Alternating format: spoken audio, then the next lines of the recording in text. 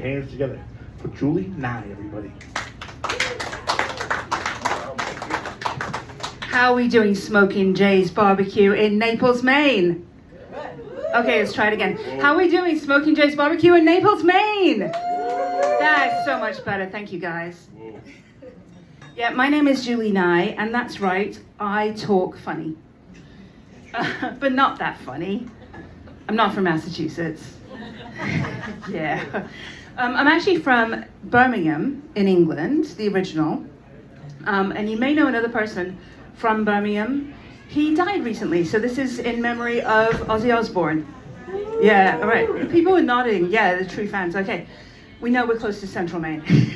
So I've actually been in the US for quite a while. I've been in Maine for quite a few years, and I've lost a lot of my accents, believe it or not. If I hadn't, this entire set would sound like this.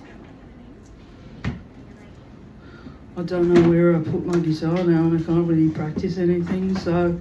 But I'm kind of hungry, and I'm not sure where the kitchen is either, but I don't know, I really want a burrito, so I'm not sure what I'm going to do. Sharon! So you can understand me. By the way, if at any point during this you cannot understand me, if you could use the universal sign of... That would be great. Or maybe shout Aussie, if you could. Because then I can flip. I can actually drop this accent, and I can sound like your kids if you'd like. So if you'd like, we can totally do that. Like this whole thing. I don't know if you'd like it, or if that would be annoying. So anyway, so yeah, that's me. I really am from England. A few more things about me. I'm fairly tall, you might be able to tell. Like, I'm 5'10", and then in heels or boots, I'm about 6 feet.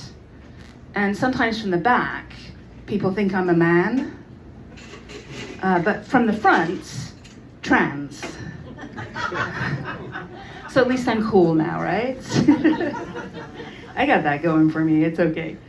Actually, I do have quite a few things going for me. I get to travel a lot, and we actually just had a lovely holiday break. And I don't want to boast, but I will. I mean, there was sun, there was scenery, delicious food, very exotic. It was in this lovely spot called the West Virginia. Yeah, you know it? It really is lovely there. And I don't want to be, I never want to be one of those tourists who just doesn't absorb the culture.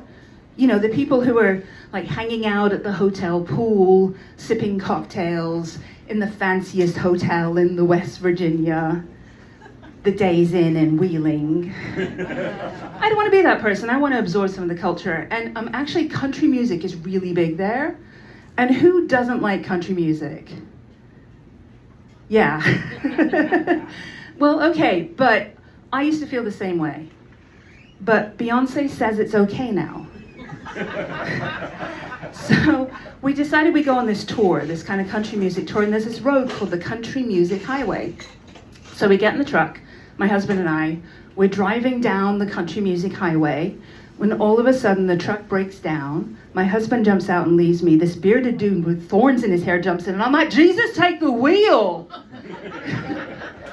So I think I got acclimatized. If you're wondering, by the way, yeah, I can do kind of a generic Southern accent, even though I'm English. And I'll teach you how to do it, because New England isn't that far away, right, from English. But if you ever want to know how to do a Southern accent, it just takes 4 words, and you're immediately in it. So the 4 words are Big K Kmart. Big K Kmart. It's important to note the middle K is silent. And I don't think there are any Kmarts around here anymore, are there? No? But I'm kind of worried they're coming back. Actually, the Big K Kmart really works, because I'll show you how it works. I was drinking tea with King Charles the other day, and I said, do you have any biscuits? And he said, I don't have any biscuits. I tried to get some at the Big K Kmart, but they ain't got none. See, that's how it works. Actually, West Virginia really is lovely. It reminds me a lot the scenery of France. Holidays I used to take in France when I was younger. And I actually think the French and the West Virginians would have a lot in common if they were to talk. You know, it might be like, again, France, yeah, really, and the West Virginians. It might be like this. So, in France, you cannot drink the water from the tap, but it's okay because we have this bottled stuff. It's called Perrier. Well, right here in West Virginia, I just buy my water in bottles by the caseload from the Walmart. Well, I forget which is the microphone, which is cigarette. It's very confusing. Anyway, in France, it's okay. I prefer wine. We all prefer wine. We are famous for our wine, from Bordeaux to Champagne. Well, in West Virginia, we don't need no fancy wine because we got moonshine. It's actually on the wall right there. Well, it's okay, but in France, we have the famous, we invented the word restaurant. And we have many famous chefs who are famous for their cuisine, or as you would say, cooking. Well, in West Virginia, we're real famous for our cooking too. I mean, my cousin Jebediah was, until the trailer blew up and he got thrown in jail for cooking meth. So that's France and West Virginia. It's very hard to tell the difference. I mean, was the Olympics held in Paris or West Virginia? I forget. But really, I know it sounds like I'm being mean, like I'm acting all superior, making fun of the French and the West Virginians, like I think I'm superior. I mean, I am, but that's not the message I'm trying to convey. And I'll tell you, for most of my life, I've been studying French. Je l'utilise au boulot, I speak it at work. And as you can tell, I am learning hillbilly. Yes, that's a little West Virginia for you. So I gotta tell you, how glad are you to be out of the house, done with the work week, and having somebody else cook your food? Yeah. Yeah, come on, let's give it up for Smokin Jays. Thank you. And I don't know about you, but I've had a terrible week. Last night, some hoe scratched the hell out of my car. No more garden tools in the garage. I know that's a corny joke, but it's actually true. Is it not? It is. So anyway, I had to do that one. Also, let's get a little weird here. I would like to do a little, let's see. I got a new job fairly recently. And I'd like to let you in on a little secret about interviewing, if anybody's interesting. And it's about assuming a personality. So let me think. Could you tell me where you work? I'm a realtor at Fontaine Family. Realtor at Fontaine Family. And is that this area? No. I work this area, but it's Auburn and Scarborough. Auburn and Scarborough, as I would say it. But as you would say it, Auburn and Scarborough. Yeah, okay. All right, so we're going to do a little bit of how to, if you wanted to interview to work, are you hiring, by the way? All the time? All the time. They're hiring all the time. That's a bad sign. Okay. Okay. Well, it would be a bad sign if it wasn't the crazy housing market that we're in right now, right? So Fontaine Realty, Realtor, as we would call it, I can't even remember what we call it. We don't call it that in the UK. I don't know, I've been gone too long. But let's think, if I wanted to interview for a job at Fontaine Realty, I would assume a character that I feel is very strong and might represent me well. So we're going to do it as Adele. And the singer Adele, I don't know if you know the singer Adele. She's from London, and when she talks, you can barely understand her, but when she sings, she sounds American, right? Like when she talks, she can't even say her own name, poor dear. It's like, hi, I'm Adele. Hi. Hi, everyone. Thank you so much for having me come into this lovely barbecue restaurant to interview for a job as a realtor. Not sure what it is, but I'm really excited to interview for it. So, yeah, I would like to work for you, and I'm going to tell you why.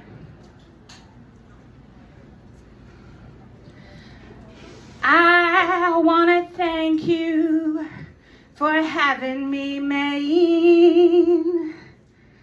I want to thank the good folks at Fontaine. I ain't sure about brochures or what color is the front door. but I know I need to be a realtor.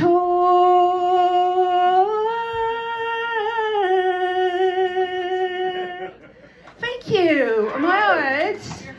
Am I? All right, am I, everybody? I'm out of here. But thank you. That was just a little excerpt from Adele. I do want to talk a bit more about being British, some of the trials of being British.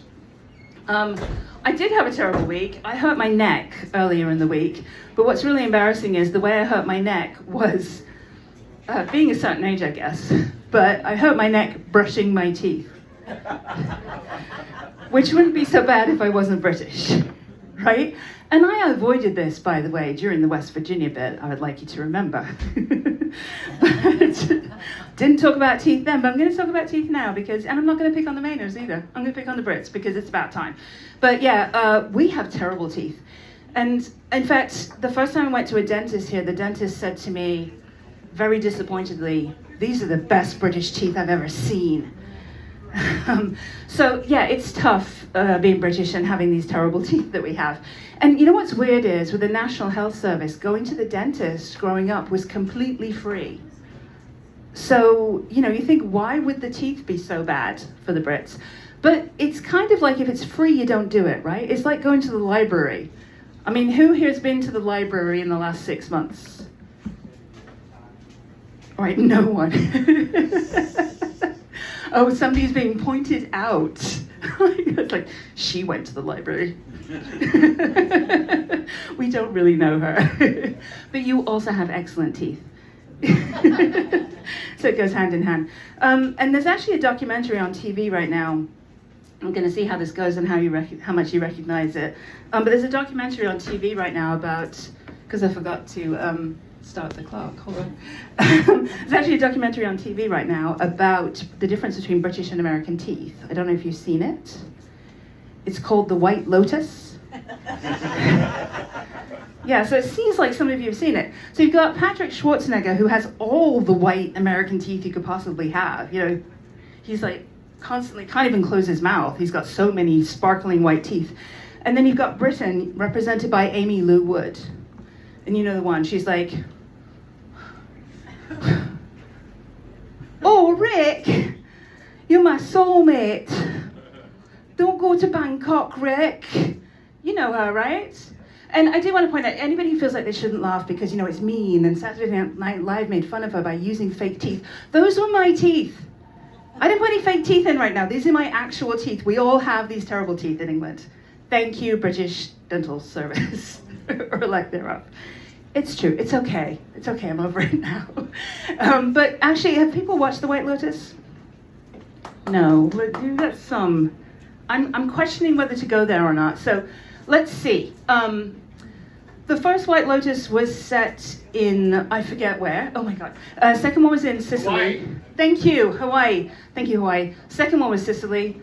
Third one was Thailand. But going back to the second one for a second. So third one was the one with Amy Lou Wood, right? The second one for a second, if you need to get caught up and haven't watched it yet and want to get there, the second one, actually, I love the best. But what if it had been set in Maine? Let's see. By the way, the White Lotus is set at this like really ritzy hotel resort thing with lots of rich people. Okay, that's probably all you need to know. But anyway, it's good. You should watch it. Coming next on White Lotus Season 2 from Maine, from the shores of Saco, Sebago, and Poland, is The White Lotus Maine, starring Stifler's mom, Jennifer Coolidge. Whenever I stay at a White Lotus, I always have a memorable time. Come on, Portia, let's check in with this concierge.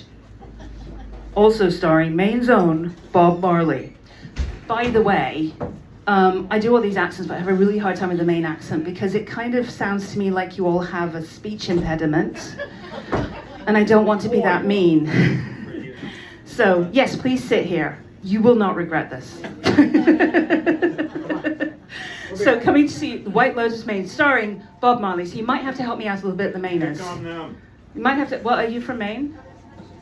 Of course. Well, I don't know. You said, I don't know. Of course, I heard they are. So, okay. Well, you might have to help me out with this bit because I'm going to meet Bob Marley from Maine. So, thank you for coming to the White Lotus Skowhegan, Ms. McCoy. Here's your key, and here's the one for your assistant there. You're gonna wanna try out them complimentary whoopie pies and Allen's coffee brandy we got laid on out in the dooryard there, but you're gonna want to change into your shit kickers because it's wicked mucky out there. I don't know how it's gonna pass. I mean, this is the only show I've done where somebody from Parsonsfield tells somebody from Westbrook that they came from a really long way away. So we'll see. Anyway, All right, Portia, let's go outside and meet some other guests. also starring Tom Hollander and a bunch of other people whose names I don't know, so please just go with it. Why, Miss McCoy, you're the most gorgeous creature here. Please come over here. Have your assistant meet my nephew, Jack. You can tell he's my nephew because he sounds exactly like me. Portia, get over here and meet some people. Get your shit together. Hi, my name is Portia. What? What is that? Portia, I'm getting a really weird feeling about this place. These guys are creeping me out. Let's get out of here. The concierge says, if we want to go somewhere where we can see some real high-end gays, we have to go to some place called A Gun Quits. That's the White Lotus, Maine, not coming to TV screens anytime soon. It would help if I could actually read the time too. All right, so the last thing is I've been making fun of Britain and the US, mostly you guys, to be honest. But we're gonna talk about how we're more alike than different right now, actually, because there are a lot of coincidences. In fact, even the town names, not this one. This one was named after somewhere in Italy, not Florida, right? But a lot of the town names are British, actually. So we've got a lot in common. Like just down the road a piece, just past Westbrook, if you get there, Marshall, it's like past Westbrook. There's this place called Portland. Portland was named after Portland in the UK, not Oregon, in the UK. And the strange thing is, both Portland, Maine, and Portland in the UK are beautiful seaside towns, completely overrun by tourists from Massachusetts. Yeah. And then down the road a piece, right, there's Oxford. And Oxford, Maine was named after Oxford, England, where you'll find the 1,000-year-old Oxford University, world-renowned seat of academic excellence. And then there's Oxford, Maine. And Oxford, Maine is known for its, the 100-year-old Oxford Plains Motor Speedway, the brand new Oxford Casino, Hotel and Event Center. And it's where they make the most beautiful double wides. And then, last but not least, we've got Windsor, Maine. And Windsor, of course, is named after Windsor in England, the home of the royal family's Windsor Castle, but also their name, right? The Windsors. So that's another 1,000-year-old building, a royal residence. And then there's Windsor, Maine, which is home to Huzzy's General Store. Did I say that right? That's Close. pretty good. Pretty good. Okay. I'm still not sure you guys are Mainers. But Huzzy's General Store. So Huzzy's store is the one that has the famous sign. I would say Hussey's, but Huzzy's, I guess. Huzzy's store is the one that's got the famous sign. It says guns, wedding dresses, cold beer. Yeah, you know the one? So I left there with a 30-30, a 10-year-old Vera Wang, and a case of PBR. Yeah, I really like the place. I mean, girls got to get a green card somehow, am I right? Please put the phones away, don't call ICE, everybody. I've been Julie Nye. Please, let's bring Marshall back up. Thank you, everybody.